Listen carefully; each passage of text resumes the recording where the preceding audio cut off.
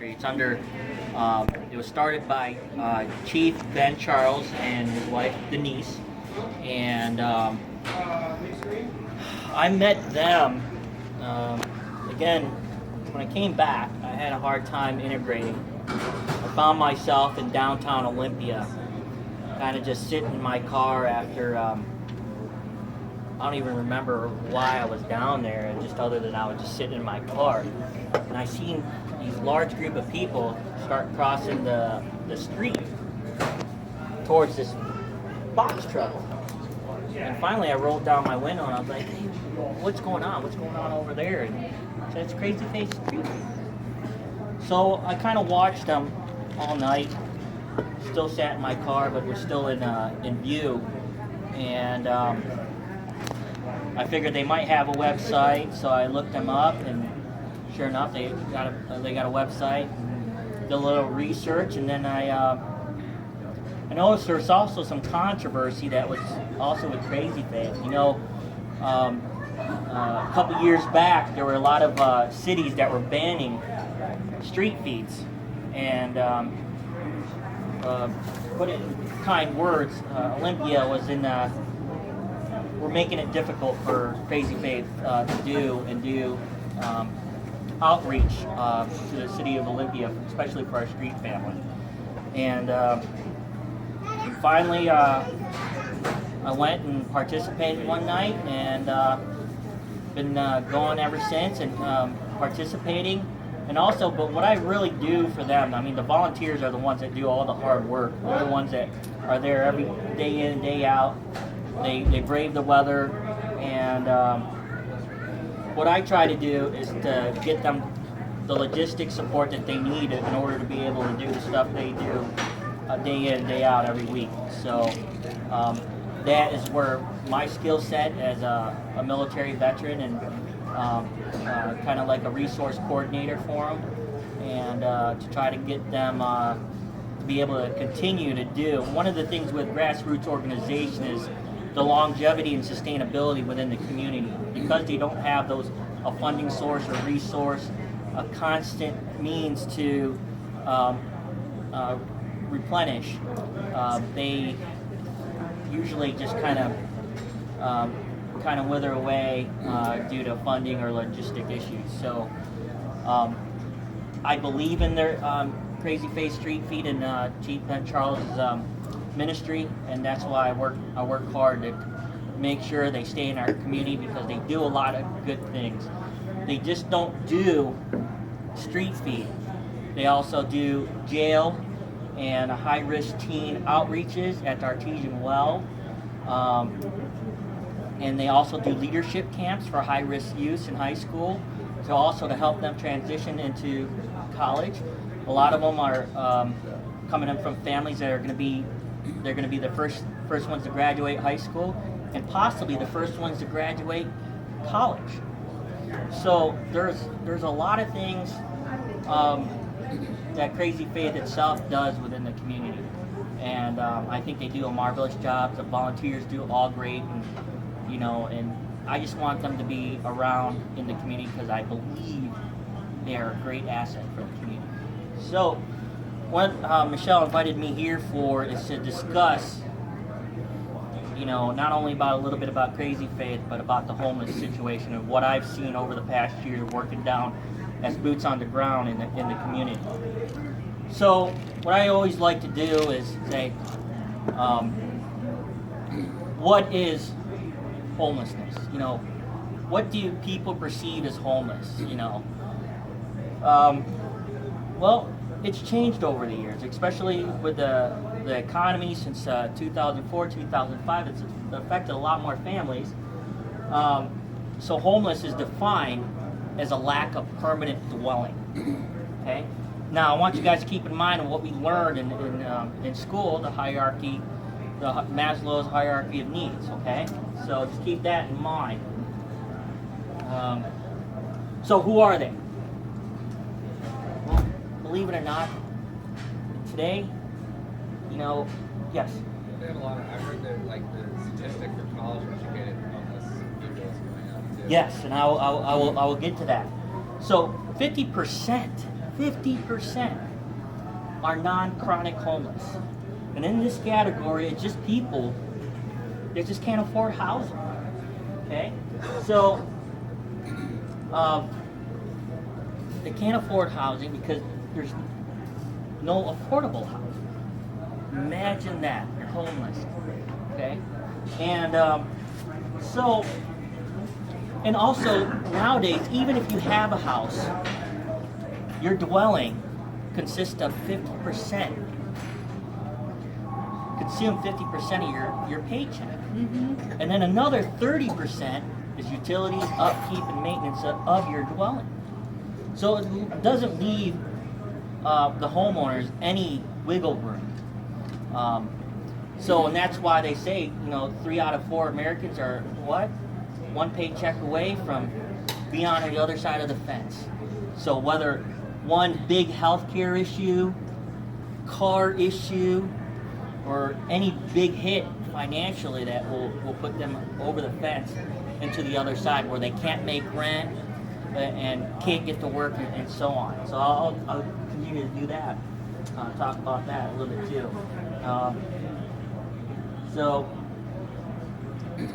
the domino effect of not having a dwelling, a permanent dwelling.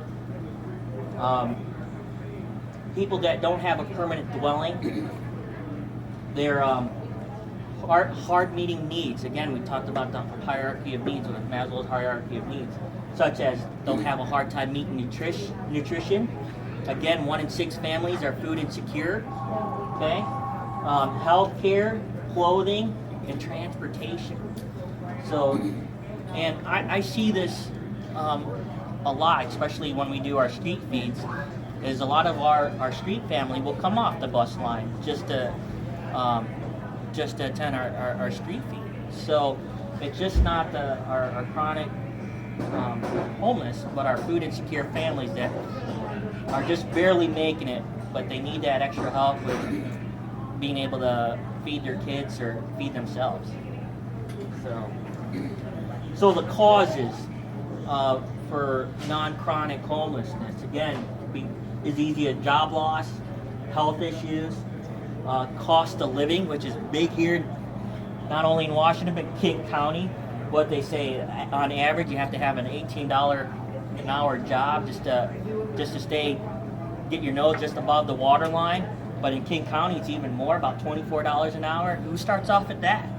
I remember starting off at minimum wage at $3.75 when I was growing up. So unemployment, underemployment, and low wages. So these are all possible causes to the non-chronic homeless that we have here in Washington. So we talked about the 50%, the majority of it, but the other 30% is then have tragic life occurrences, such as vets. Vets are a big one that we're seeing here in Washington State and in King County. They're one of the fastest growing population, multi-era veterans of homeless in King County. So some come home with physical disabilities, can no longer be able to take care of themselves. LGBTQ communities, that is one of the fastest rising within our youth homeless demographics. Whether it's bullying, family issues of unacceptance, and so on. The income provider is lost within the family. Another one's drug and alcohol. And here's another one that I know you guys have probably seen me work on Facebook a lot, especially a lot of this legislative session was the co-parenting bill. Divorce for adults is one of the top 5 stressors, life stressors.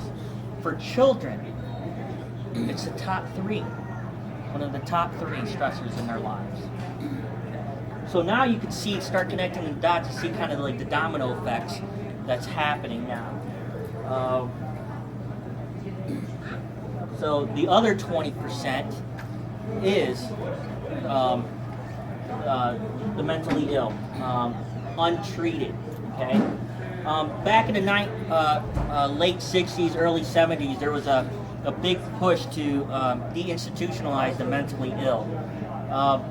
There were some factors back then. One was the social political environment of the health community to move towards the community health.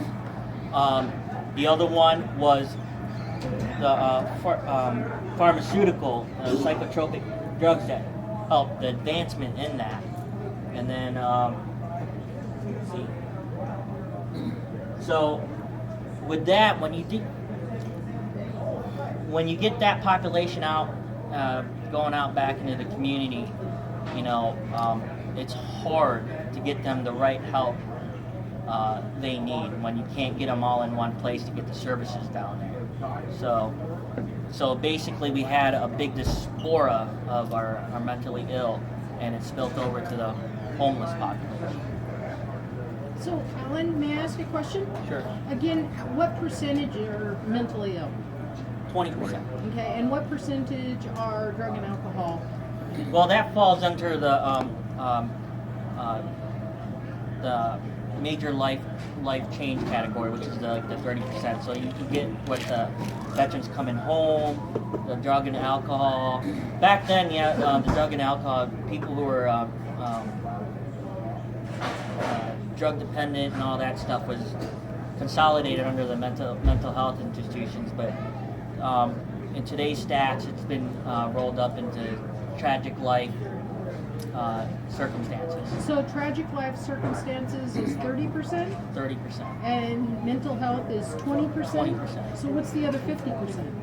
It's the non-chronic. It's basically folks that are job loss. Oh, okay. So what I talked about Kind of earlier. a revolving. So now you got the 50%, 30%, 20 makes. Okay, gotcha. So hopefully I did my math right. That turned out to be 100, right? Hopefully it did. Okay. Now depending on what website or what organization, there are going to be variances in plus or 5%. Especially some of the these organizations that deal with homelessness and all that stuff. They're depending on what kind of grants they're getting, we've seen that in the news where some stats are a little bit skewed, but depending on, you want to keep that grant funding going, but what I did is just kind of rounded as best as possible to everything. But about 50% is not the 20% that we saw early on when we disinstitutionalized. So the people's profile of what homelessness people, our street family look like, is not the case. They're you and me. They're hardworking people. Okay? What percentage of them actually are working? We have here's the thing, we do have a large population of working homeless here. Wow, imagine that.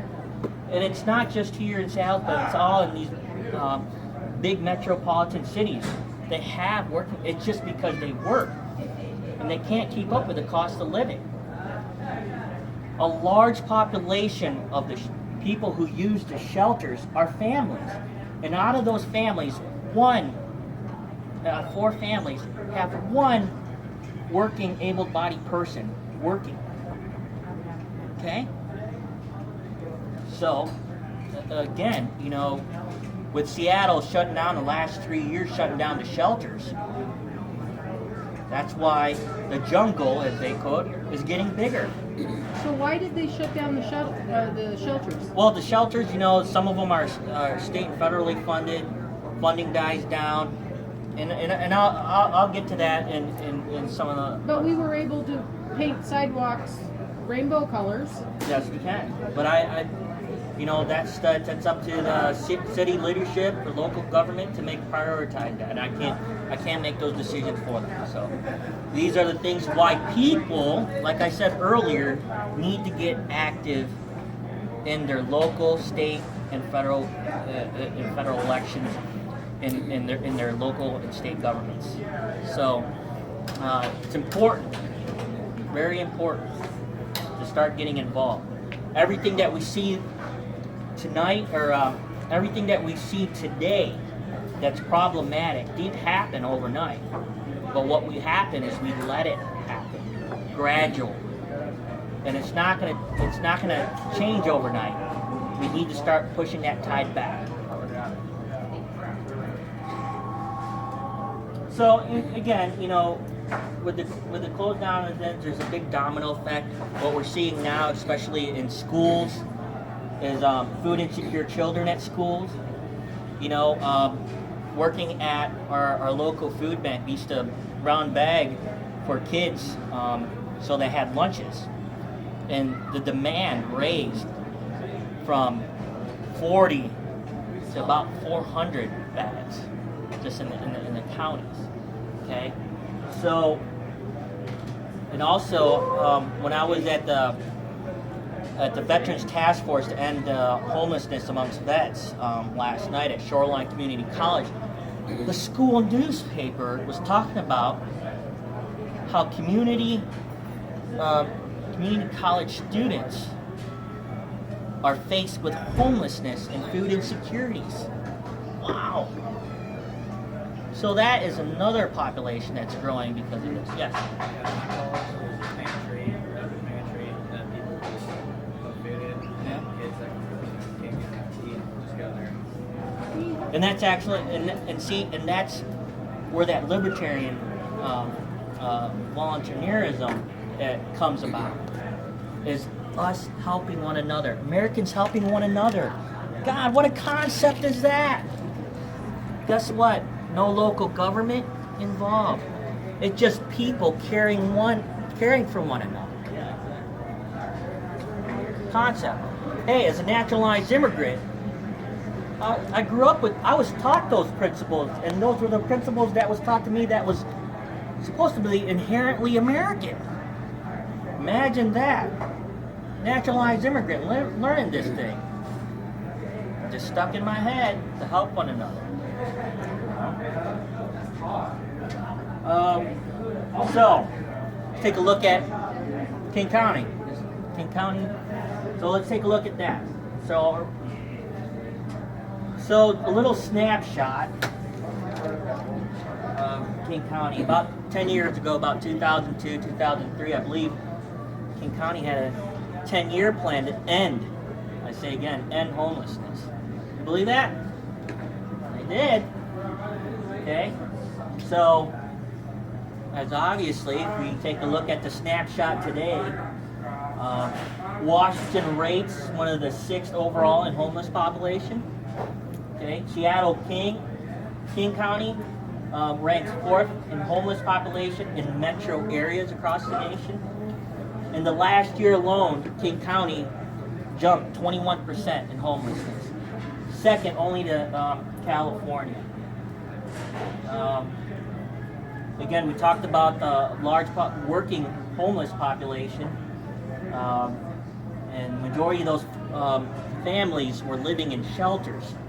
Okay, but in the last 3 years, we've heard news because of lack of funding or funding that was diverted because to what they deemed was other importance.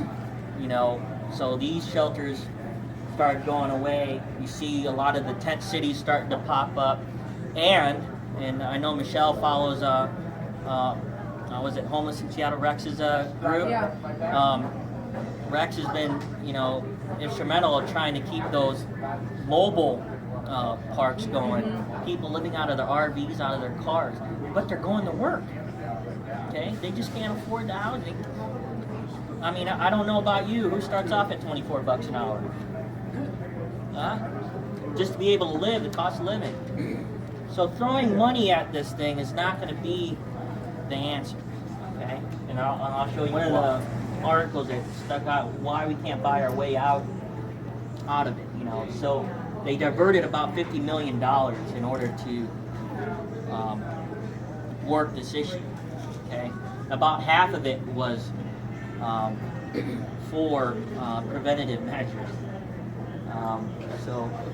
And a lot of these were subcontracted. About 80 services in order to deal with certain aspect of the homelessness in the county.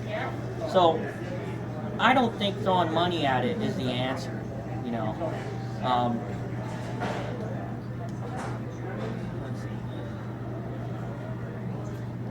So, as we all know, one of the things that Michelle has been fighting for is to decrease, make housing affordable. Okay, and she's been in helping out folks gain control of their house back. You know, trying to fight off foreclosure and all that stuff. So We've had 640,000 families in Washington State lose their homes to foreclosure. And it all goes back to what I said. You know, more than 50% of people's income goes into their house, and another 30% of it goes into the maintenance, utilities, and upkeep of the house. Well, and the reality is, a lot of it was caused, in my opinion, observation, the banks got bailed out. They would tell people to literally stop making their payment to qualify for the HAMP program. Then, and I still deal with this today, then they lose their paperwork, they have multiple points of contact, they delay the process, grow the arrears, deny them the modification after they told them to stop making their payment to get the modification post-recession, and they foreclose on their property. But what most people don't understand is the reason they tell them to stop making their payment is on day 90, that TARP bailout money that we all funded, that's when they get their money. So they tell the homeowners to stop making their payment. They technically don't tell them to stop paying. They say you have to stop paying in order to qualify, and that's what starts this. So 80%, statistically, 80% of people who should have qualified for the HAMP modification lost their homes. So 80% of the 640,000 people, or families, actually, you gotta multiply man, woman, and a couple of kids. People who have lost their homes in Washington State legitimately should never have lost their homes. Those people then move into the rental markets because they've lost their home. This decreases inventory in the rental market, which increases rents, and the people who can't keep up with the rent and come up with first, last, and a deposit, they're on grandma's couch or they're on the street. So that, you know, foreclosures is a contributing factor, yep. And that's why I'm so that's adamant part of about that, fighting. and that's part of that 50%. You know, so one of the things that we've also seen in Thurston County, you know, I've talked to some of the builders, you know, even before sticking a shovel in the ground to build houses, code and regulation itself costs them about $30,000. And guess do you think they're going to concur that cost? No, the home buyer is going to concur that cost, which is going to drive all the prices up. As the local government and state government continues to throw more regulations, more taxes on this, it's only going to continue to rise. There's what one of the guys, I forgot it, he ran on rent's too damn high, you know. That's a guy. Well, that's a reality here now. It is. You know, you're going to start seeing multiple families living in single family homes just to be able to. No longer as a single income can sustain you. No longer two incomes in a family household is going to be. They're saying it's close to three income. Need to be a 3-income household in order to be able to meet the cost of living here just in Washington State. Polyamory. So, I'm teasing. Again, Michelle talked about the low inventory. You know, it's gone back and forth, and also one of the things, yeah, the cities are like, oh, we're gonna help this out, but in reality, we're gonna start building affordable housing. But what's affordable to the city? And what is really affordable to the person that needs it? You know, the city, just to take the example of our local area, affordable housing to the city, when they say, hey, we're going to have affordable housing, it's about $800 to $1,000. But when in reality, it's about $200 less than that. That's just for them to be able to get a dwelling. That's not including all the auxiliary stuff to maintain your household, then your car, gas to get all the work. Okay? So there's a big discrepancy of what local government thinks is affordable housing and what the people that actually need to move into there is affordable. Well, now, and can I make a point about Yeah. that? I mean, even if that was affordable housing, that money has to come from someplace. And you have people in the middle class or lower middle class or working poor that are just on the edge, and we're having to increase, let's say, property tax to cover this. Guess what ends up happening to them? Now they are among the ranks of the poor. So actually, this faux compassion is creating poverty. So another reason why Michelle asked me up here is she wanted to do a street feed here in King County. So one of the things that Crazy Faith Ministry does is we're kind of like a force multiplier. We want community leaders to come down, experience the street feed down in Olympia, take back what you learned. So it's basically almost train to trainer, a military term. Train to trainer, take that experience back and start in your own local community to start bringing those services to your community. And one of the things, a great way to start is first by canvassing your area. Canvassing your area, need to know where your street family is going to be. You need to go to them. You need to build that relationship. Okay? Also, you need to canvas around your community what other services, from local services to 501, folks that are also doing outreach. What this does is you build a network, okay? You establish relationships with them, okay? You can now start cross-leveling resources. So you want to be effective in your community. So by canvassing with 501, knowing those networks, you can see what services they can, and so you're not really, what we say, overlapping. So you can work and partner and be able to focus and divert, and also cross-level logistics. There's lots of times where, we worked with one food bank they needed something a little bit more treats for the kids, but we needed more protein, so they gave us a pallet of chicken for pallets of coffee and chips. So we work together to find out where our shortfalls, and then we work to cross-level that so we can effectively go out to our community and provide. Need to build your donor support. That means not only individual donors, but small businesses. So in order to have longevity and sustainability in your community, you need to work with your community concept, So you need to start letting them know what you guys are planning to do, see what kind of help they can offer, whether it's food, money, or any kind of other the logistics. And then you need to build your volunteer base. This is really critical, because once you start this in your community, okay, your consistency in your community in doing this, being a reliable source for your street family, is going to be important. They already had shortfalls in their lives. Okay, so you want to be able to be a reliable source for the people that you're going to outreach for. And this in turn will build relationships. Now, once you build relationships, it does take a little bit. You start identifying stressors, why, the causes, and because you built your network already, now you can start shuttling to the services and outreaches that are already in your community.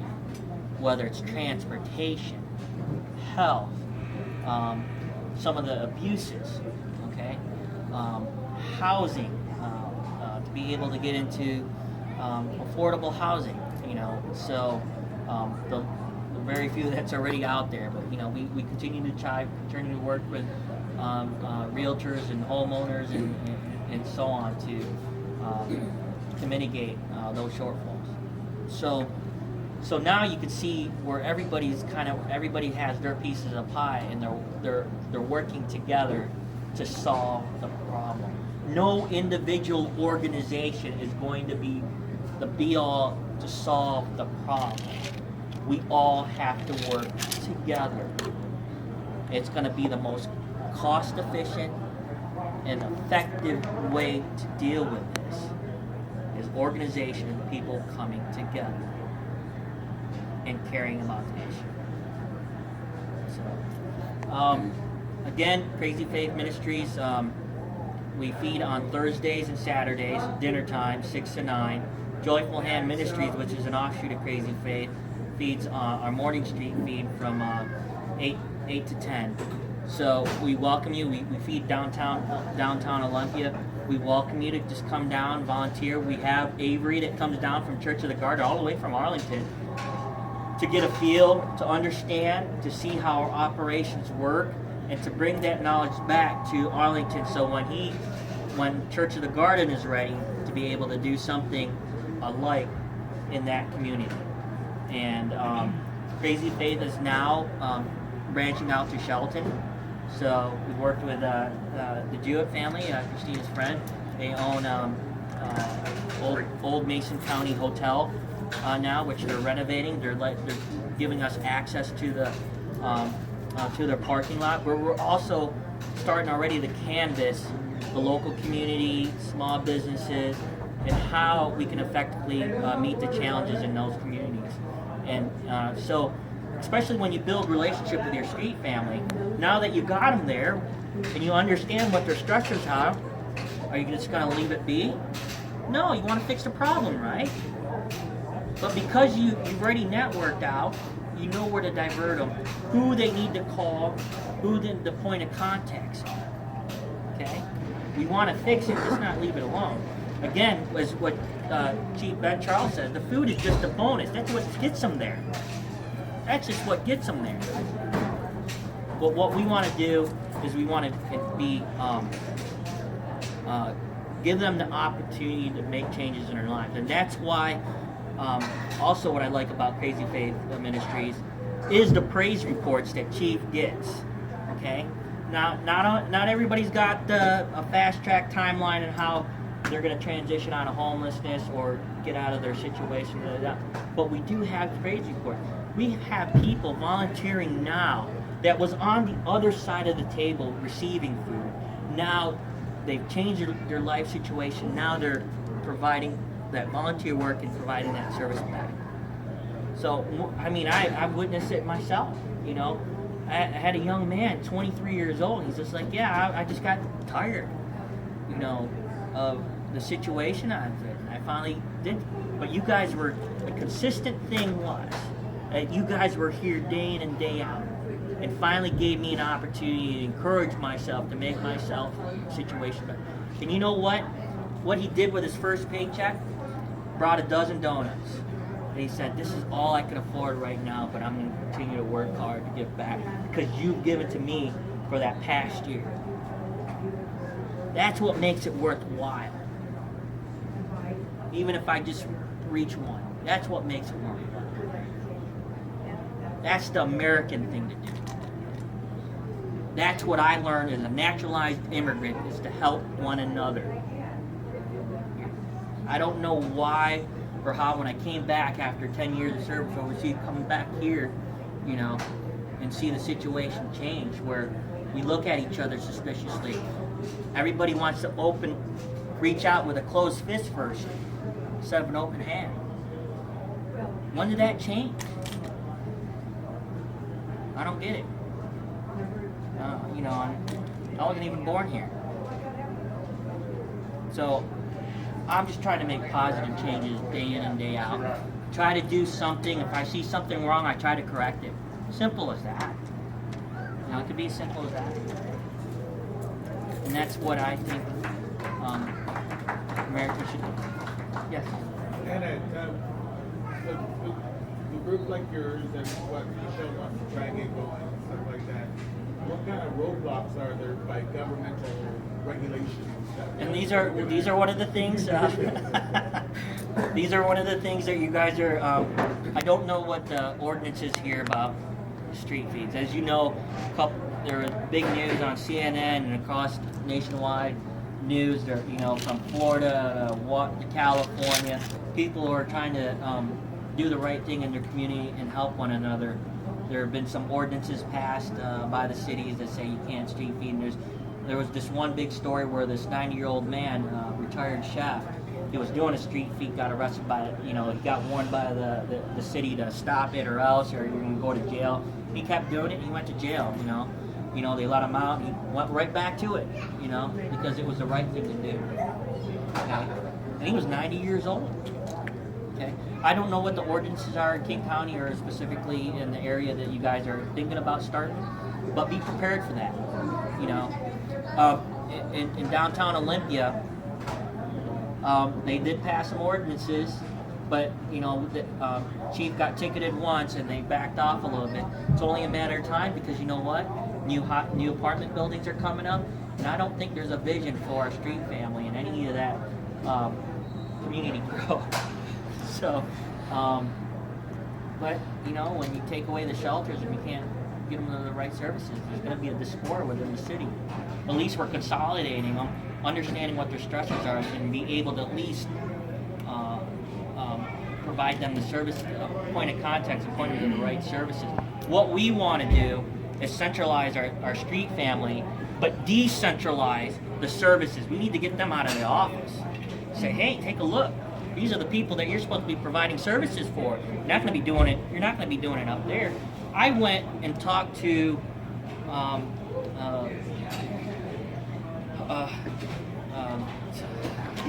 brain fire here, but went to one of the community services, and I went in there, kind of just looking all a little raggedy, and everybody had a suit and tie. Okay, and I was like, just imagine you going up to one of the street families in a suit and tie, trying to establish rapport and relationship. How's that going to look? Okay. I went in normal clothing, try to be not as intimidating. And this is how I build rapport and relationship with my street family. Okay? I don't want to look suit and tie. They've already seen authority. Part of the authority is what got them there. Okay? So, these are one of the things, the little nuances, little specifics that I try to get people, especially folks that need to be provided, is go out to the people. They shouldn't be coming to you. I have veterans, so we're trying to decentralize the services that go out to the communities, centralize. That way, it's hard when you have a diaspora around the community just to try to chase them down. But once we get, and that's why the shelters were so important, and to have them to kind of just be closed down, now we're trying to chase them. When we had them in a central location, we were able to bring the services to them. Hopefully, people would leave and go. So, well, that's all I have. So, does anybody have any questions? Yes. So, would the tiny homes solution? Yeah, that's a possibility, but there are a lot of rules and regulations to that, These are whether city ordinance or legislative issues that we need to address. Definitely that's why we need to start forming working groups and to try to figure out and help and educate the legislators or elected officials on these situations. Yes. Any more questions? Well, thanks. Yes. This actually seems like it would also be a good way to build relationships with the ethnic minorities. And I mean, that actually seems like something that's really important for us to do, because I think that demographic tends to be a source of political support for the left and opposition to libertarianism. So do you think that's a good strategy per se? Yes, the minority communities are affected a lot more, and I try not, when it comes to social issues like this, I try to leave the politics out of it. What I try to do is bring the humanity back into it. You know, the identity politics has ravaged us the past 2 years. It just kills me, you know. Yes. What's your contact over there? I'm actually interested. Yes, I can give it to you right after. So, Alan, but I do invite you. you mind saying on the camera Oh, my contact? information? Okay, you can contact me via Facebook is my primary contact, so you can get me at Alan Acosta. You'll see me on my motorcycle cut with an American flag. Also, you can reach me via email, islandal72, ISLANDAL72 at yahoo.com. My phone number is 360-556-4642. Okay, that's my community phone number that I go. Yes, Dr. Love. So I went to a Bellevue City Council meeting on Monday. Yes. They were talking about the East Side Men's Shelter that they're going to build by Bellevue Community College in the something. A men's shelter? Yeah, I guess it's supposed to be a men's shelter. I'm still researching it, but there's a community group who is heavily against it. When dealing with people in opposition and stuff like that, what's a good way to kind of talk to them and get them to understand? Yeah, I have not heard. So any information, you got my contact. I know we communicate. So any information that you can provide, that'd be great. I would love to research it. I was wondering what you should do with there's opposition. What any suggestions? Oh, if there's Yeah, well, it's a community group of community members who are in opposition who are actually petitioning the city to stop. Well, what I do is find out what the gripes of the opposition is. Okay. Why are they opposed to it? And that's part of what our initiative is: to reach, teach, inspire, motivate, and educate. It's our time. You probably see me use that a lot. So find out why they're opposed to it.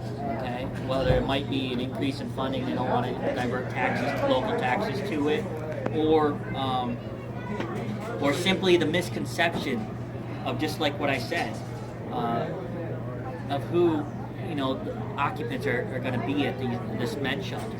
It could be simply as that, they might be dangerous or whatever. And maybe it's just a simple fact of quelling those fears.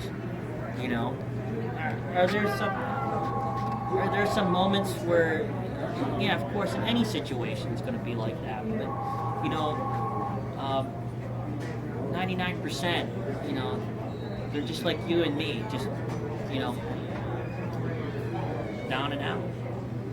Now we just need to figure out to get them back to where they need to be, and that's putting them in dwelling. A lot of cities have found benefits of putting the homeless in dwellings.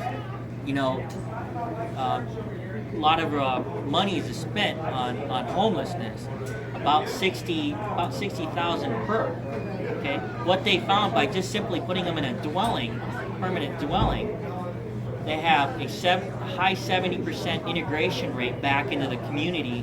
Not only that, they save about $25,000 on services, and it doesn't tie up healthcare, doesn't tie up their judicial system, and so on. You know, so there are some cities currently nationwide are trying different solutions. Again, if you've been doing something for the last 10 years and it ain't working, try something Some else. cities are criminalizing the homeless. What's that? I said, it seems like some cities are criminalizing being homeless. Yeah. I mean, Everett seems to be pretty good at that right now. Yeah. You know, and that's again, it's just about educating our local leadership about what the faces of homeless is today. And like I said, it's different.